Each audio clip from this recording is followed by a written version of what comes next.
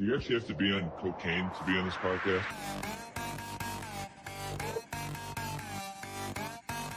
It's a great day to be a Wildcat! Cocaine.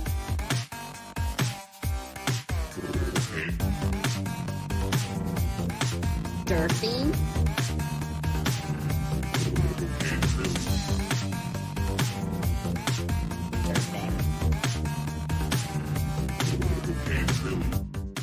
What's up, everybody? You're listening to yet another season premiere of Cocaine Willie, the official K-State podcast on The College Huddle. Tonight, we're catching up from a very slow news month in April in which nothing happened at all. We didn't almost lose our basketball coach. We certainly didn't go after big fish in the portal and land in a couple in both football and basketball, and the men's hoops team didn't lose anybody that we wanted to keep around. I must say, I really have to like you guys or something in order to be on here with you both instead of being upstairs watching the Avs Stars game, which is going to be starting here in a few moments. Go Bruins. Go Celtics. Go Blue Jackets. Avs suck. Yeah, the Blue Jackets, what's the deal with them missing out on the lottery yet again, not getting the first pick? 4th overall pick? Seriously? What's happening? Then they deserved Connor Bedard last year. Let's call spade a spade. We needed it, and I don't know anybody in this NHL draft, so I just kind of shrug my shoulders. Move on. Oh, Godspeed to you, sir. Let's start with football. This has been a fascinating spring, I think, for K-State football. The thing that I don't like about K-State football is that we don't have a spring game, so we don't have any real game-ish analysis that we can throw out there. We can't really look at schemes and stuff. We just don't get that kind of level of detail of information that we can analyze. But we are able to see some of the videos and stuff the team puts out. And we can also track the transfer portal, which everybody was saying was going to be this cataclysmic event this spring. And really, unless you're living in Boulder, Colorado, it hasn't been cataclysmic for fans of K-State. If you're fans of our team, we've really only lost Javon Banks as a scholarship player. And Jake Clifton decided to take a Mormon mission for 2 years. So he won't be returning at linebacker this season. But as far as the portal is concerned, really wasn't a cataclysmic event in Manhattan.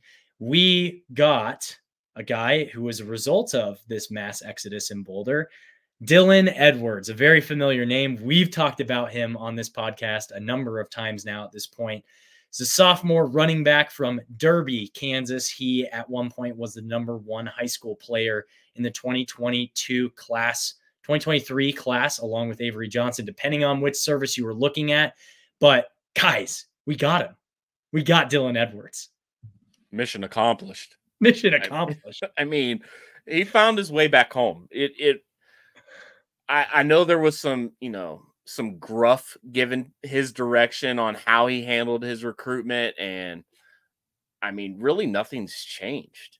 I mean, he decommits from his commitment to K-State, finds his way to Notre Dame.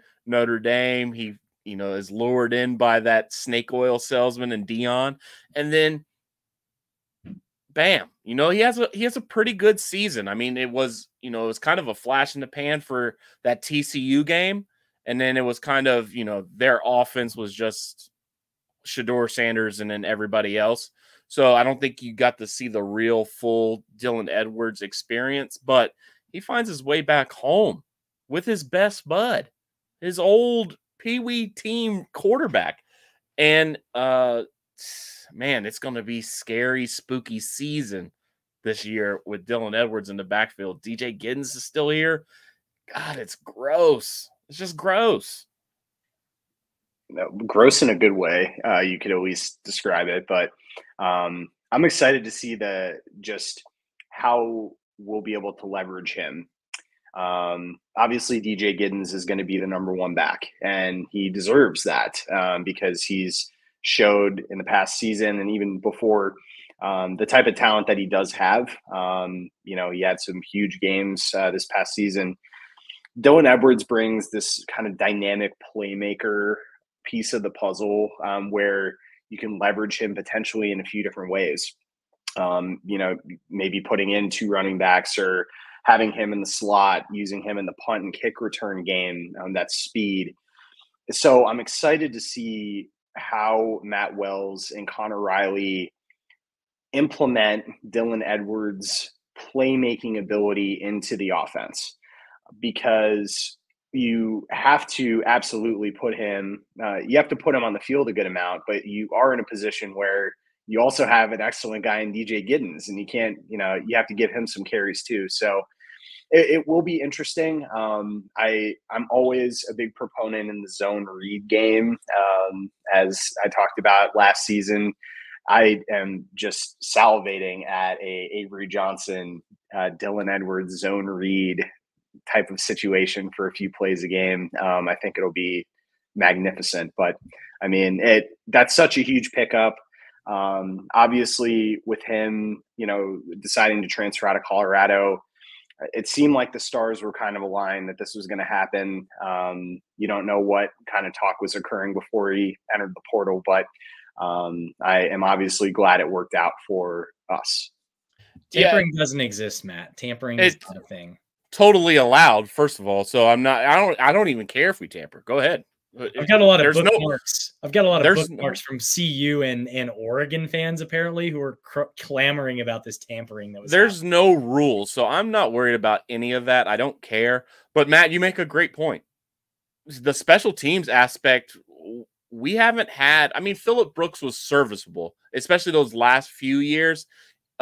Hit early in his career as a punt returner, Phillip Brooks was dynamic.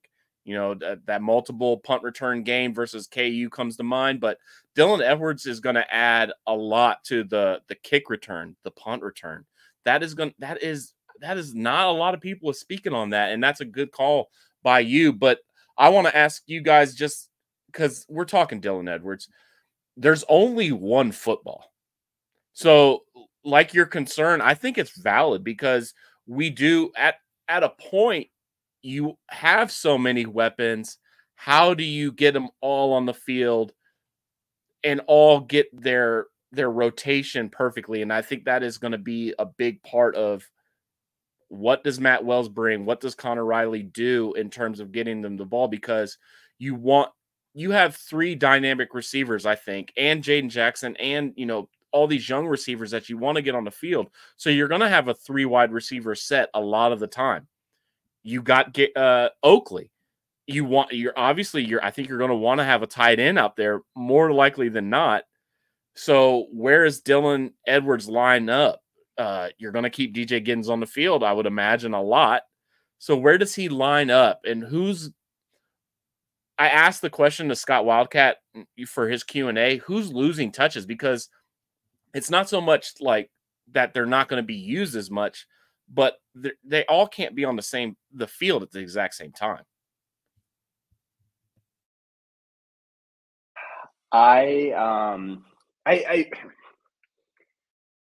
He showed during his freshman year at Colorado, he had his ups and downs, right? And the TCU game, I mean, was the first game of the year, and he, kind of just exceeded expectations in that game, obviously. You're correct. There's only one football on the field. But it's what type of plays. I think of this past season and what kind of plays where Dylan Edwards could have been out there to maybe make an impact. And obviously spelling DJ Giddens in a few different situations he'll see on the field. I truly believe he's going to get some good play in the slot receiver game. I think there's an opportunity there. We have what we would perceive as an improved wide receiver room from 2023. I mean, I think it's fair to say that as to where we're at right now. But do we have a speedy guy like this in the room right now? I don't think so, unless somebody's stepping up in a different way. But I see there are opportunities where he could get out there as your slot guy. I think of the jet sweep game where we've, in the past leveraged. I mean, we saw Keegan Johnson a little bit of that last season, which we kind of thought he was going to be that guy coming from Iowa, and some of his highlights were in the jet sweep game. And but we really never saw 100% Keegan Johnson. I think Dylan Edwards is a perfect guy to be using in that situation too. So there's one football, I get it. And if he shows the pickup of the offense, and he deserves to be out there on the field in situations, I think our offensive coordinators are going to do what they can to leverage that athleticism. Here's the other thing too. When you have weapons like that, typically when you've got one or two weapons, the defense is always going to double those guys up, and they're always going to be the most covered guy on the field. When you've got 3, 4, 5, 6, 7 weapons, you're going to be throwing a lot more at that defense than they would have prepared for in last year's offense or 2 years ago, even their offense.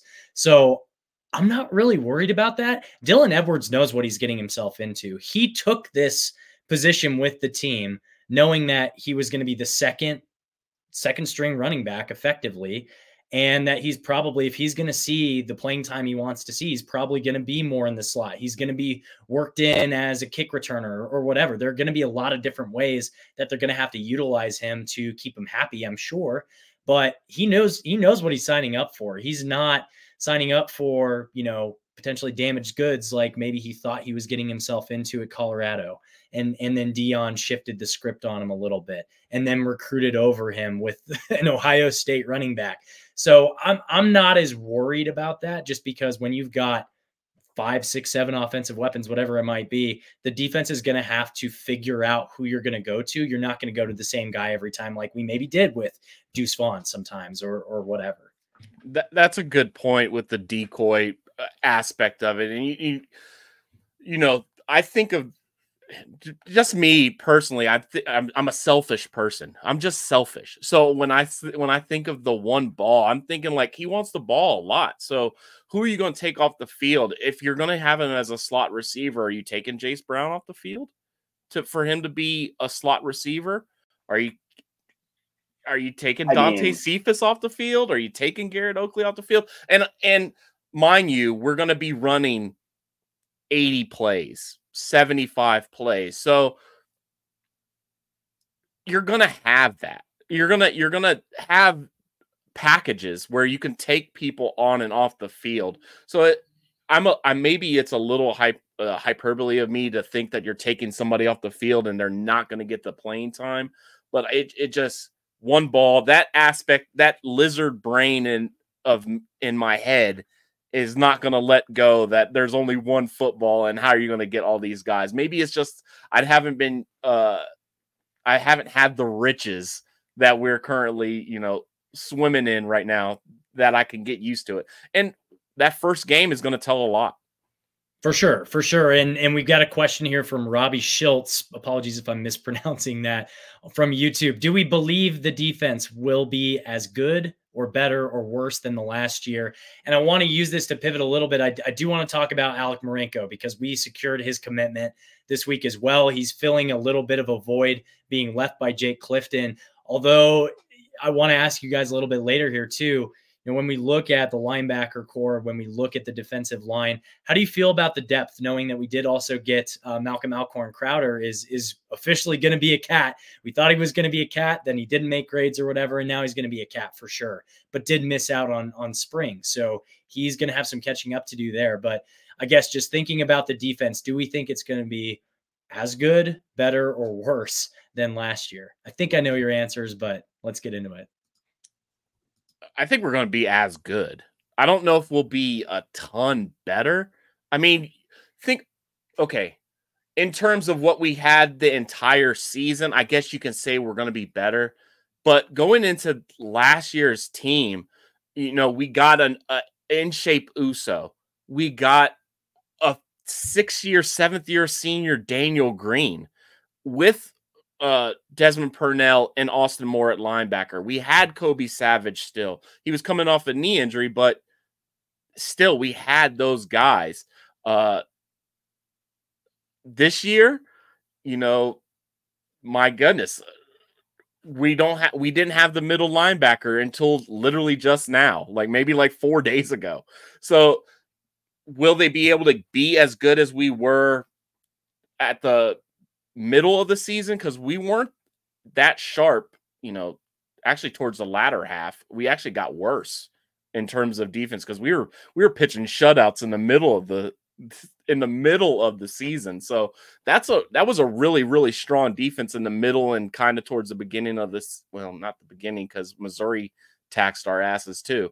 So I'm going to say in the middle of the season, that's when we were the best, but we kind of tapered off. That Iowa State game is still, it's a still crawl in my butt about, we can't tackle IU Saba. So I think we can be better, but right now I think we're just as good. We're not worse.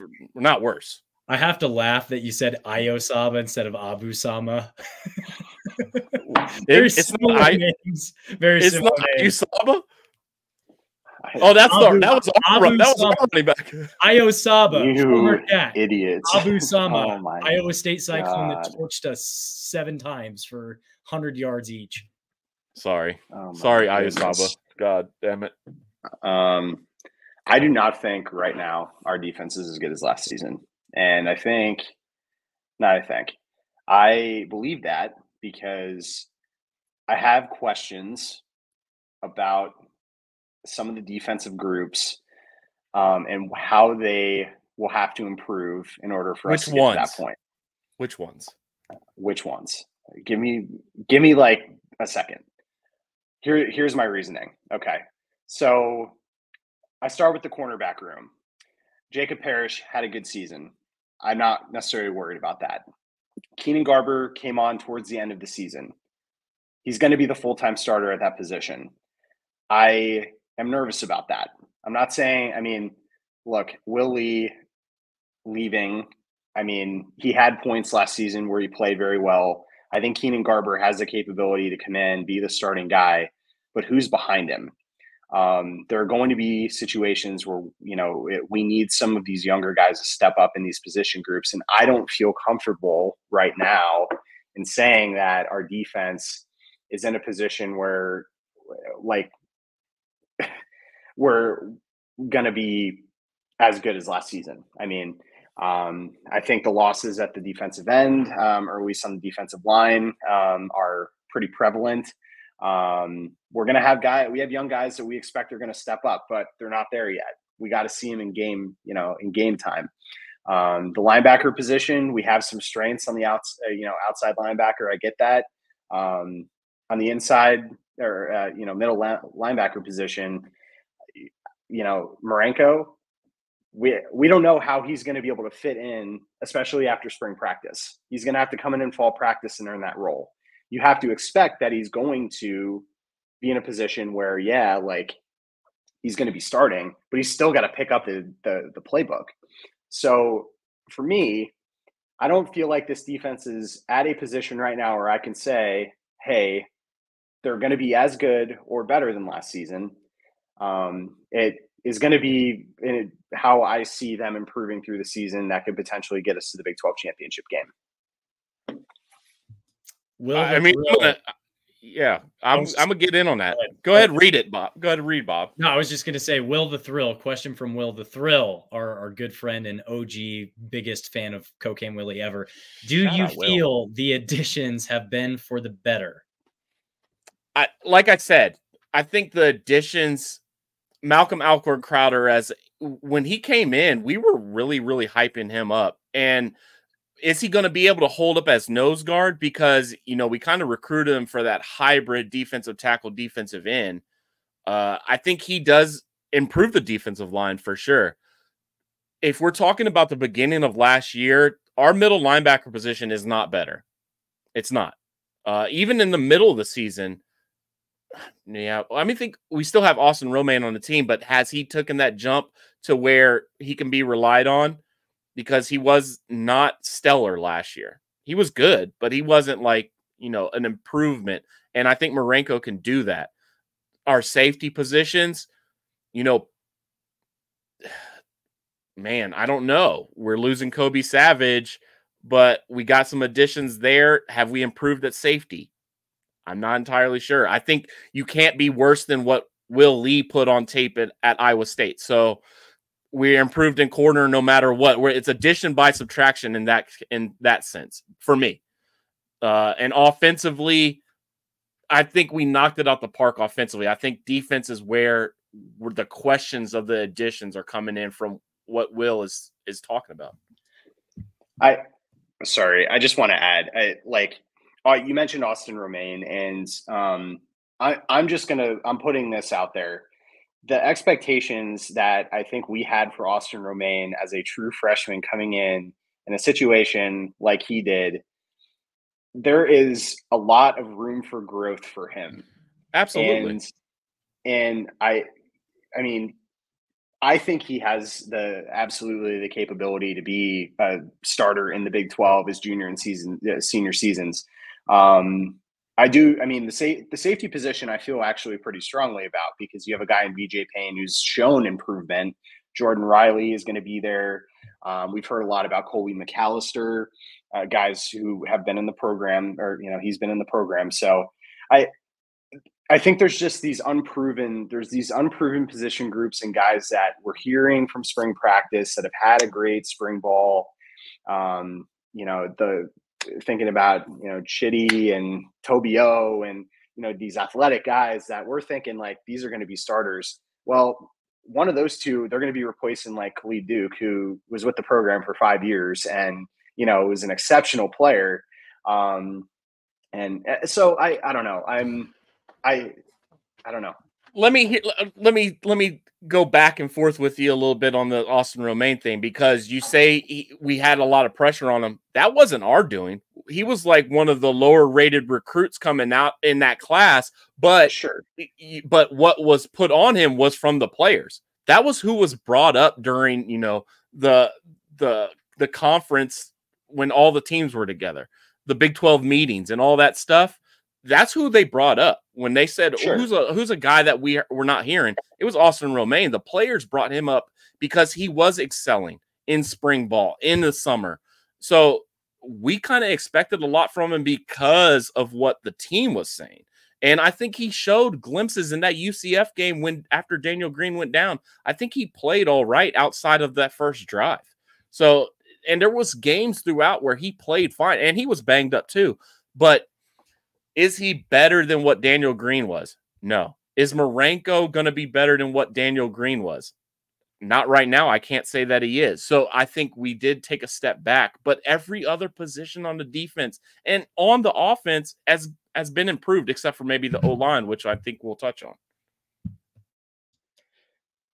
I think defensively, I think we're going to be maybe a little bit less good than we were last year, but I don't think it's going to be I don't think there's going to be a major discrepancy there. I feel like every single year in the offseason, we have the same conversation about the defense and one or two different position groups on defense that we're like, oh, this is the question mark. Oh, we don't know about safety. Oh, we don't know about cornerback. And every single year, I feel like this coaching staff develops the guys that they bring in, and we see guys who are younger, who are less experienced in the program as far as having real in-game experience.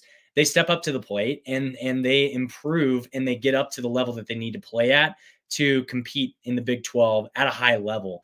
So, I mean, I can say that they're going to be worse than they were last year today, and we can say that they're going to be question marks, but maybe after 2-3 games, we're going to be like, holy shit, this is the best defense in the Big 12. Just because Clanderman and the position groups, Van Malone, all these guys, Stannard, are going in and developing these guys to compete at a high level. And we don't end up with the question marks that we have on August 1st when we're looking at it on October 1st. Yeah, those are proven leaders of men, and every defense that we've had under the Kleiman era has, improved throughout the season. So I'm not worried about where we're at right now. If the track record proves what it's been, that has been proven, I think we'll be fine at the end of the year. We'll see. We'll see. What say you, Matt? No, I agree. I mean, I think the hype is all about the offense right now, and deservingly so.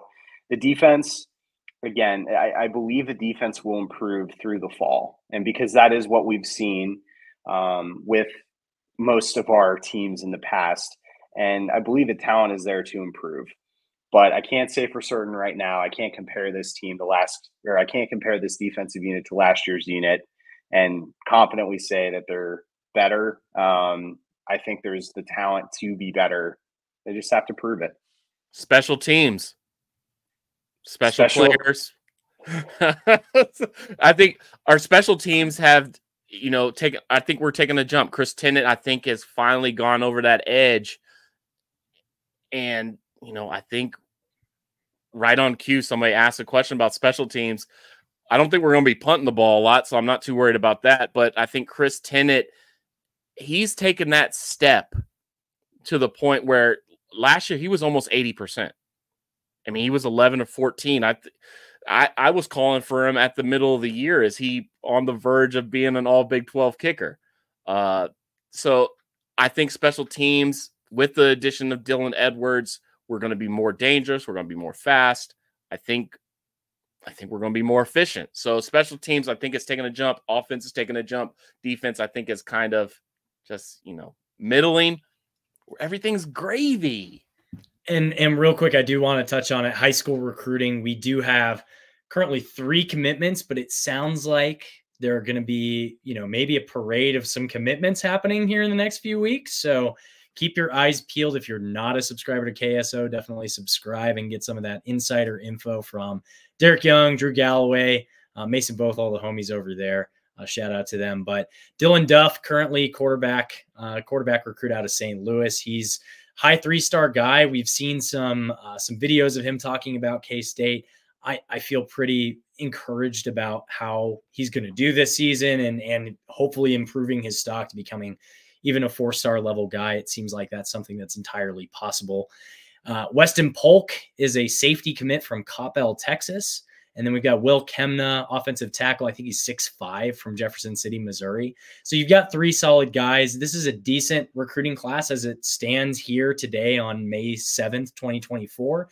But by all indications, we still have Lincoln Cure we're waiting on. We still have some of these other guys that we haven't quite gotten their commitment from yet. We don't quite know where they're going yet. I think he just took a visit to Texas A&M. I don't know what's going on there, but just real quick, any thoughts on the high school recruits before we move on and start chatting about men's hoops? Man, is it disappointing for you guys that we didn't land the top end talent in the state of Kansas?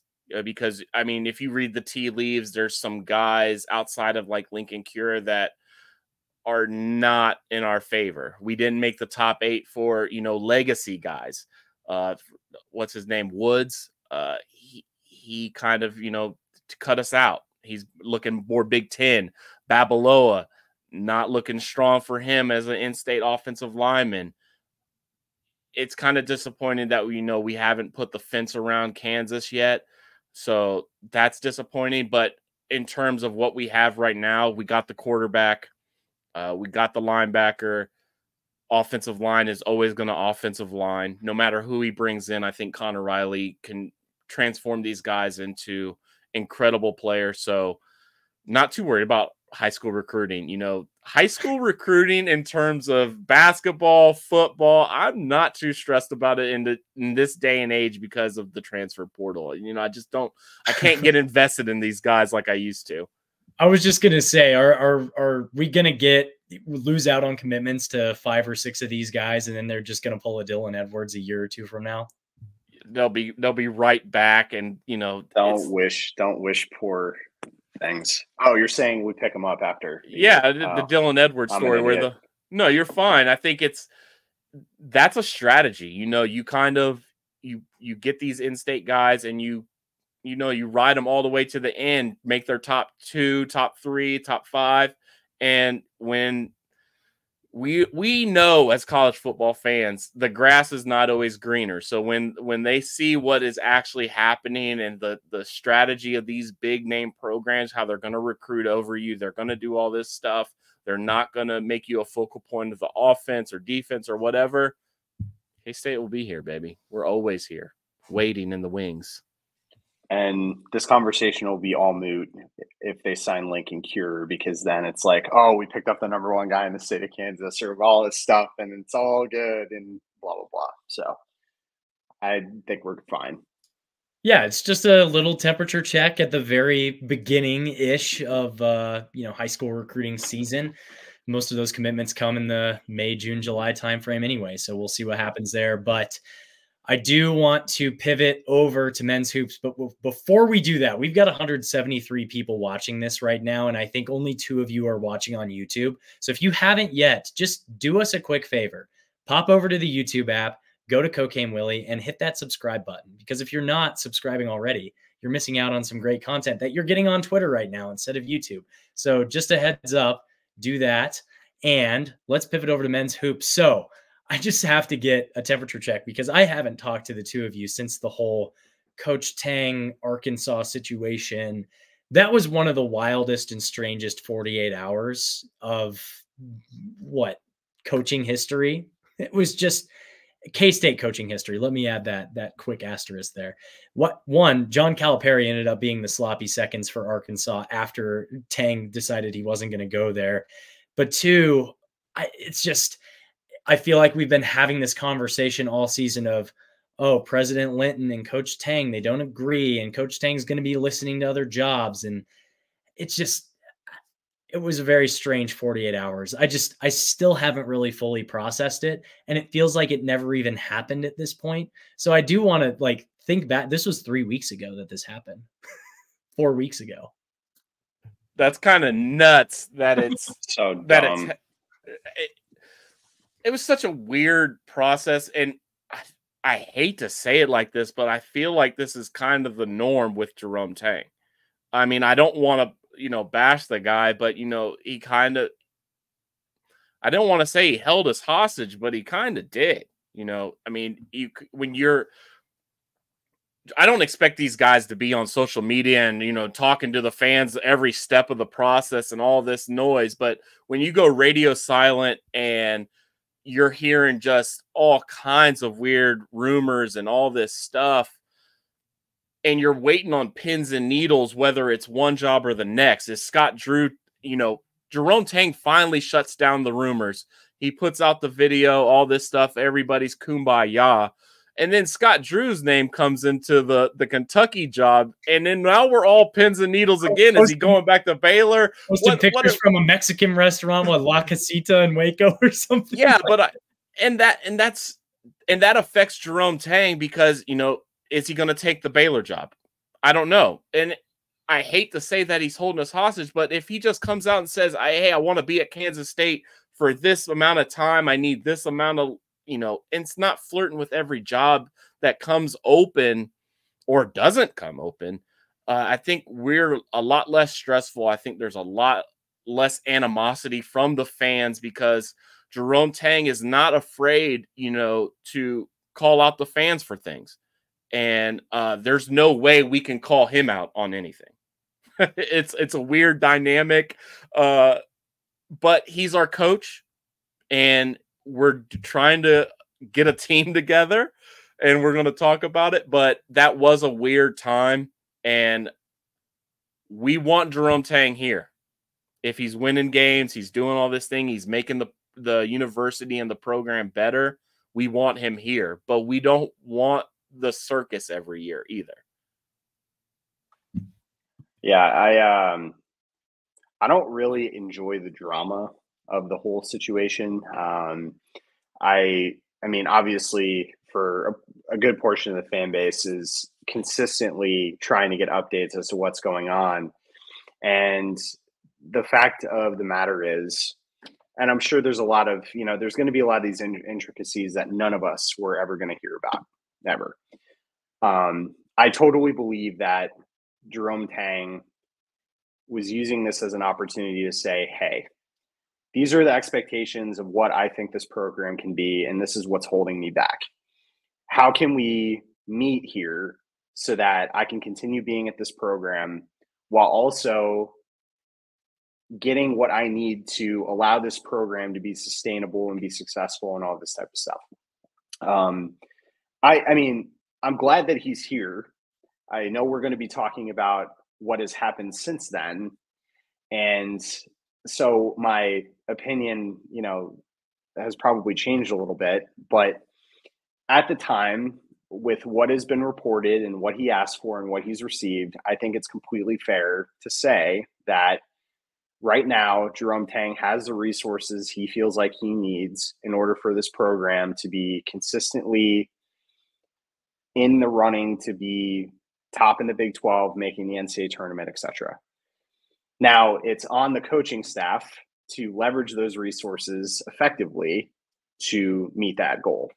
So I'm glad that he's here. I don't want to know what would have happened if he left and how, I mean, kind of what that situation would have entailed. It would have been a very interesting situation of, you know, are you looking outside? Are you hiring, you know, internally?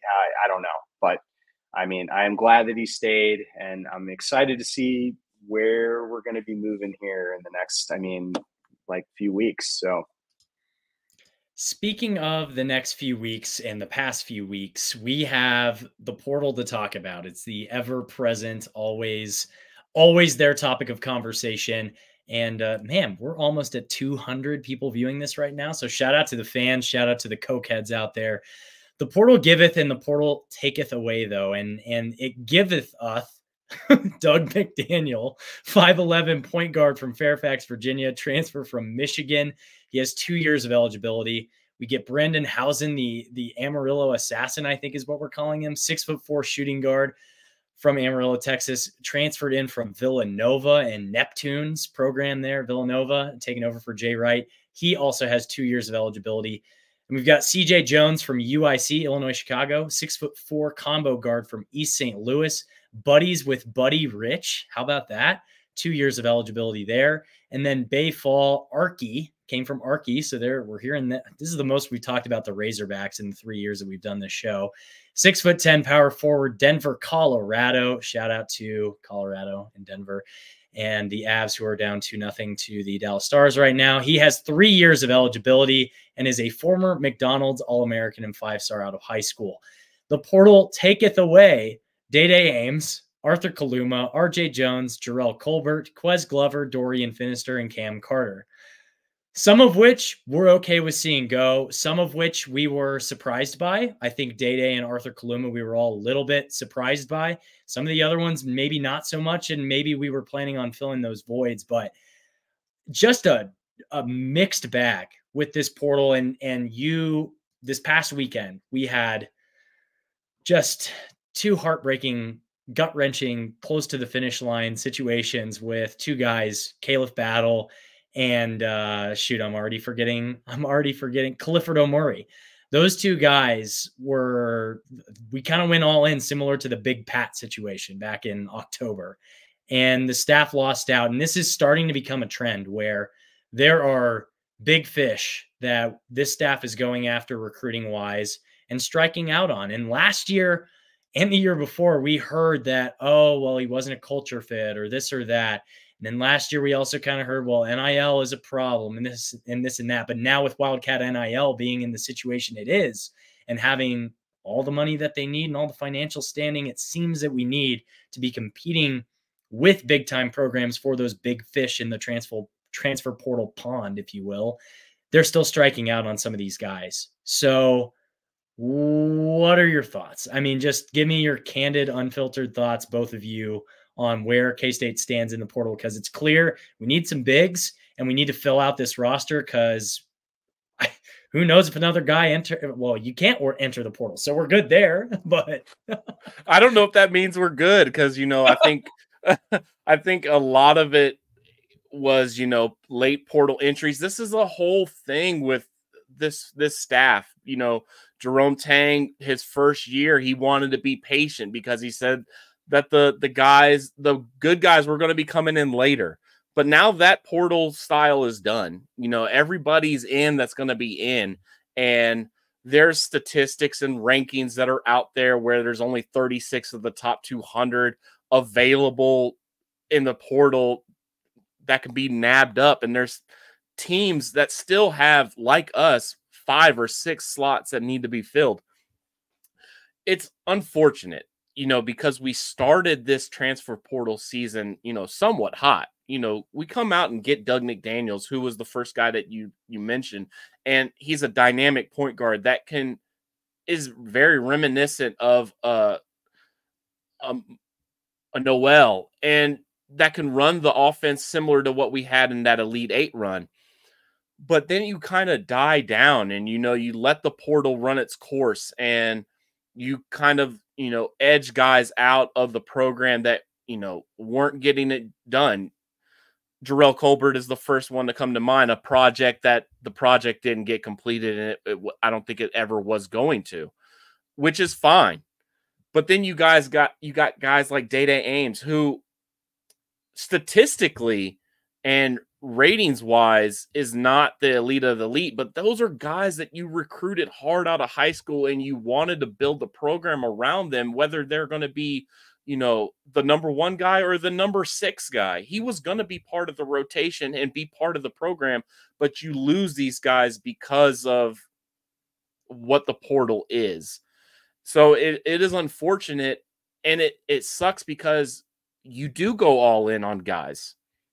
And what Jerome Tang, I don't know if he's promised it, but, wanted to fill the roster out in a week. That's what was said, but I don't know if that was ever going to be possible. But losing guys like, I wouldn't count Arthur Kaluma as a loss because he was always an NBA guy to me. I didn't really ever expect him to come back. Now that he put his name in the transfer portal, that's weird. That he might not come back because he's in the portal, but I always expected him to just become a pro. So that's a loss that's different and not really on the staff, in my opinion. But whiffing on guys, like you said, is becoming a problem. It's a problem because you're playing with the big fish and you want to get these dogs out there, but you're going to miss on guys, but you also have to get a hit rate that is somewhat respectable. And I can't say that we've hit on any of those guys. The thing that was strange to me about Kaluma, just real quick, is Tang was on Threema like a week before he entered the portal saying, hey, we're going to be clapping for him if he goes to the NBA and gets his name called on draft night. So I don't even know that the staff was aware that he had intentions of leaving. It just seems really strange that he would decide to leave. And he did it kind of quietly. I don't know that he made the announcement in the post about going to the NBA draft, but he never really, I don't know if did he have like an announcement post saying, hey, I'm also entering the portal, or did he just enter the name really quietly? I think he just entered his name really quietly, which seems very strange. So I'm not sure what went wrong there. The staff clearly didn't think he was going to be entering the portal, or Tang wouldn't have even mentioned him on Threema, I don't think, for being real. Yeah. I'm not surprised. I mean, a part of me, especially from what we've been hearing, there was a potential that he could come back, which, thinking about it right now and kind of where we're at from a recruiting perspective, I would think it would be nice to have him back. It does not look like that's going to be the case. There have been a couple things with the recruitment process that have, as a partial observer on the outside, have annoyed me. The first one is, I think there's an assumption, and maybe I'm incorrect, but I mean, I'm a subscriber to the message boards. I understand, I'm seeing what fans are saying every day. I'm on it. And I think it seems like there's this misconception that because the NIL bank has opened, we are going to be able to get every guy that comes and visits. As much as, I mean, it's very possible that the only thing that these guys come on campus for is to hear about NIL check. But there's also a thing about fit, not just for the player, but for our program. And a 2-day visit picks up a lot more than how much it's going to cost to get that player. It's how does that player come into this program, and based off of what I want to do on the offensive side, the defensive side, et cetera, how does that player fit in that mold? I mean, does that player like being in Kansas? Do they like Manhattan? There's all these things. And so I'm not obviously a recruit. I don't understand. I would imagine there's a lot of recruits. The first thing they come to campus, the first one-on-one meeting they have with Jerome Tang is, this is what I expect it's going to cost for me to get here. But I think Cliff is a good example. The report said he didn't take the highest NIL check. I get that. But it's about the fit. I mean, we, like at K-State, we have not necessarily proven what a big guy is going to be able to do in our offense like that. So, hey, I'm going to go to Alabama because I think I'm going to be a better fit there. That's fine.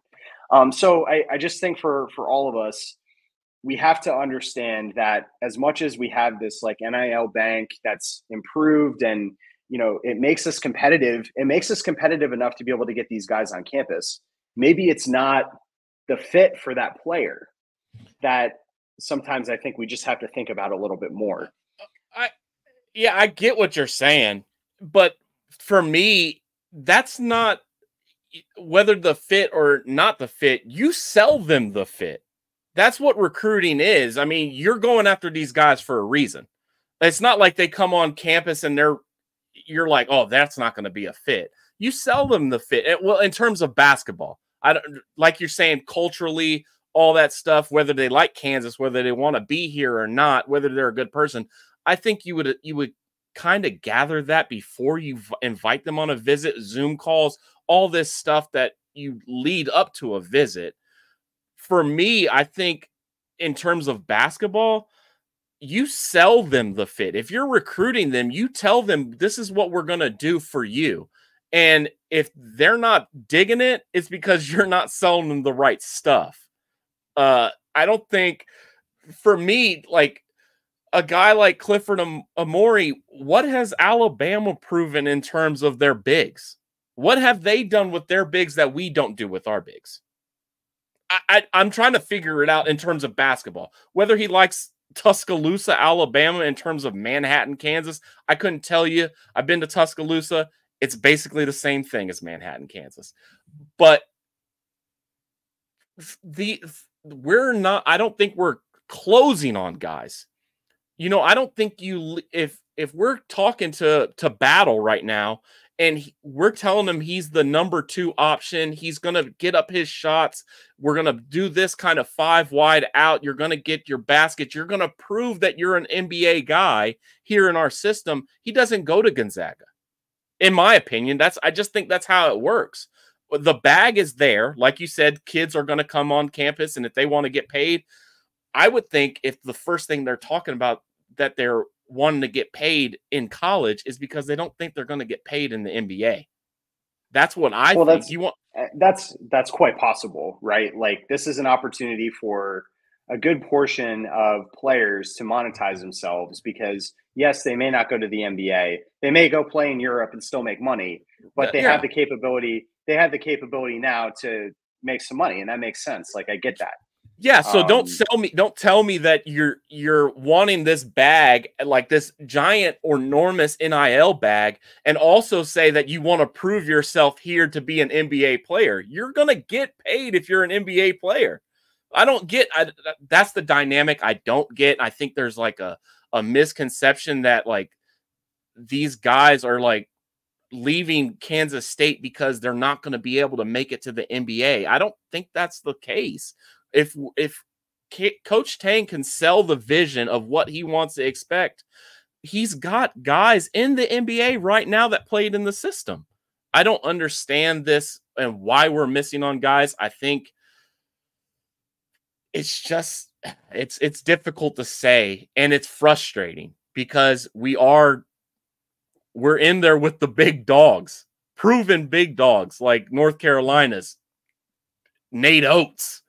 Well, I will say he's got guys in the G League who have played in this system, not necessarily the NBA just yet. I hope that's the case for Keontae and Marquise, but as it stands right now, technically nobody from K-State under Jerome Tang is playing. I mean, I'm assuming you're bringing the Baylor, Association into it. See, that's what That's Fair. what I do. Fair. That's what I do. Because what is Coach Tang's only been here 2 years. He can't really sell all that much from Kansas State, but he has a whole 20-year lineage at Baylor that he can sell and what he can do for that program and what he's supposed to be bringing here. But we are missing on guys. A lot of guys. We're missing on a lot of them. I have a question for the two of you. Do you think Coach Tang should be changing his approach at all? Do you think that he should be going after more Brendan Hausens and CJ Joneses and Bayfall type of guys, similar to, and I'm going to throw the comparison out there, Iowa State and TJ Otzelberger? They didn't have really a single top 150 transfer portal guy last year, and we all know what they did this past season. They were very, very good. I mean, top 10 team at the end of the day, and we're one game away from winning the Big 12 championship or tying at least with Houston. So do you think that he should be going after guys who have more of that fit, who maybe aren't top 50, top 20 types of guys in the portal, and go after guys who are maybe more similar to a Marquise Noel, who have good talent upside, but came from a school like Arkansas Pine Bluff and weren't really recruited by a ton of different people?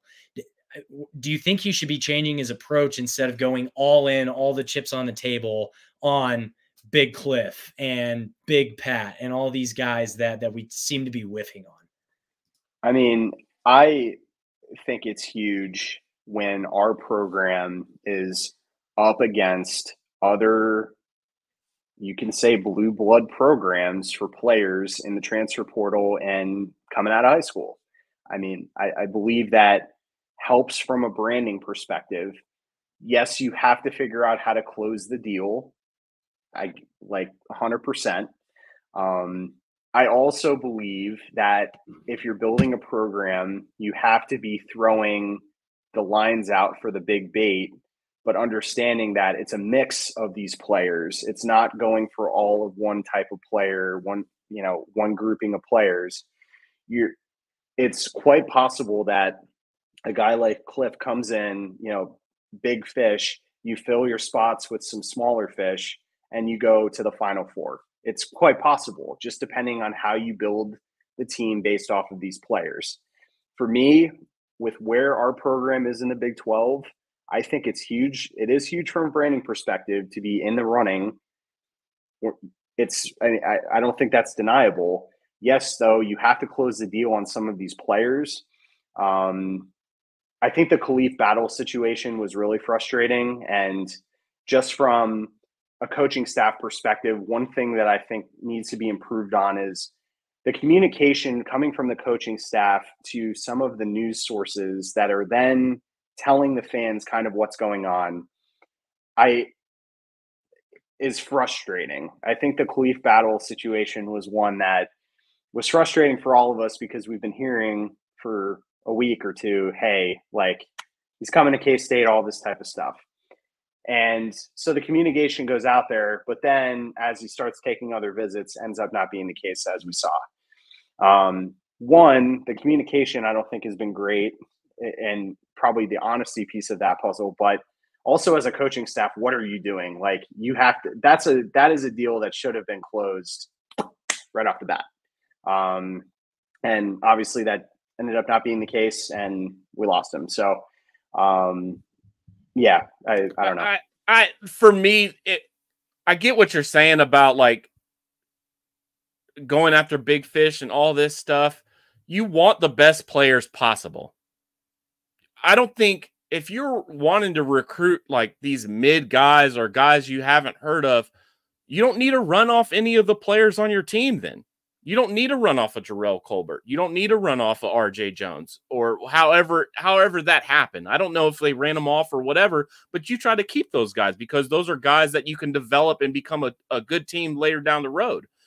Retention is probably the best thing that can happen in the portal right now, but you want to go after these big guys. That's the MO of what's been happening at Kansas State the last few years. We're roster flipping. We're flipping rosters every single year. I don't know if that's a strategy we want to keep in well, I don't even know what the word, but just keep doing. But it is what it is. It's what's happening. So you go after these guys and you have to close on some of them. There's still guys in the portal.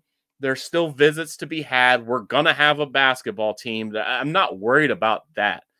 But if you want to compete for titles, which is the main objective in what Coach Tang has been selling us, is that we want to compete for titles and make deep runs, you got to have good players. And missing on your top guys year after year, portal season after portal season is not great. It's not a great look. So where do we go from here? I'm not entirely sure. And that's, again, what Matt was just pointing out, the communication, not that we need to know, but it makes it a lot easier when you're relaying it to the media guys that we have a guy wrapped up and then it doesn't happen. Now the fans are in an uproar when, it could be a lot easier if we just, I don't know, retention, but how can you keep guys and expect to get better? I don't know. I mean, right now, I think as a fan, like the thing that we embrace so much is the ability to get inside information as soon as possible. And so that's why a lot of us that are probably watching this, we're on, we join a message board, we're on a Discord, we're on all these pieces because we want to hear first, like what's going on.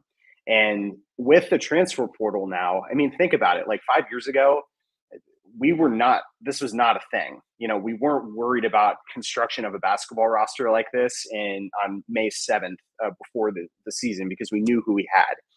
And so I think it's fair to have this like disconcerting feeling of what's going on while also understanding that there are players out there that may fit this system, what we need, and we'll be able to come together with the guys that we have here so far. I mean, a lot of people are not we were so high on Doug McDaniel. He could be an excellent point guard for us. And it might just take some of the diamonds in the rough to be able to push out and get them shots to be able to move far in the Big 12.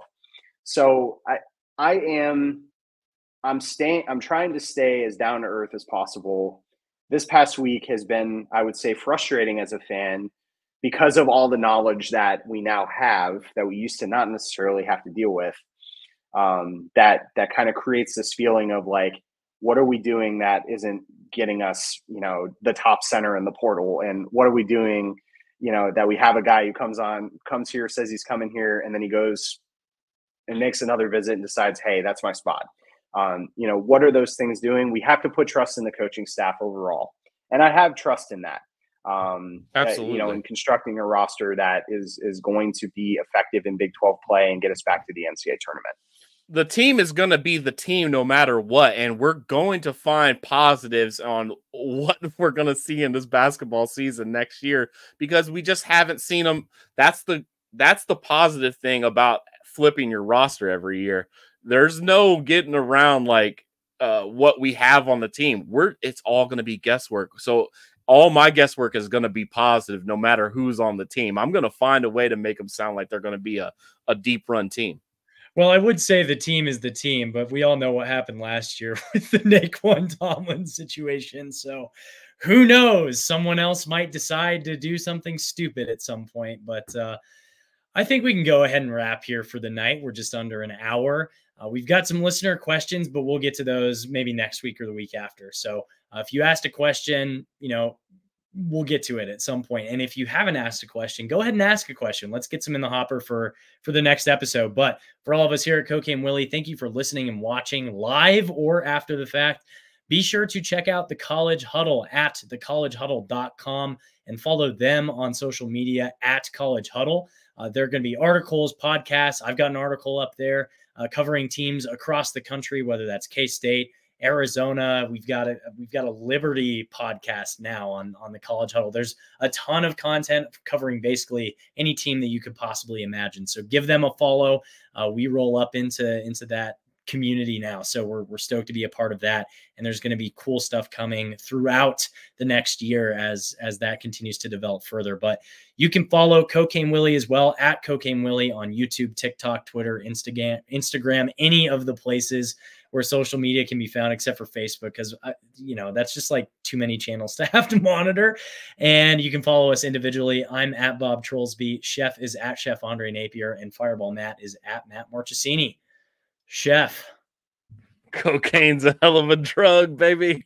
We are all coke and no joke. Welcome to season 3, Wildcat Country. Let's ride. Let's ride.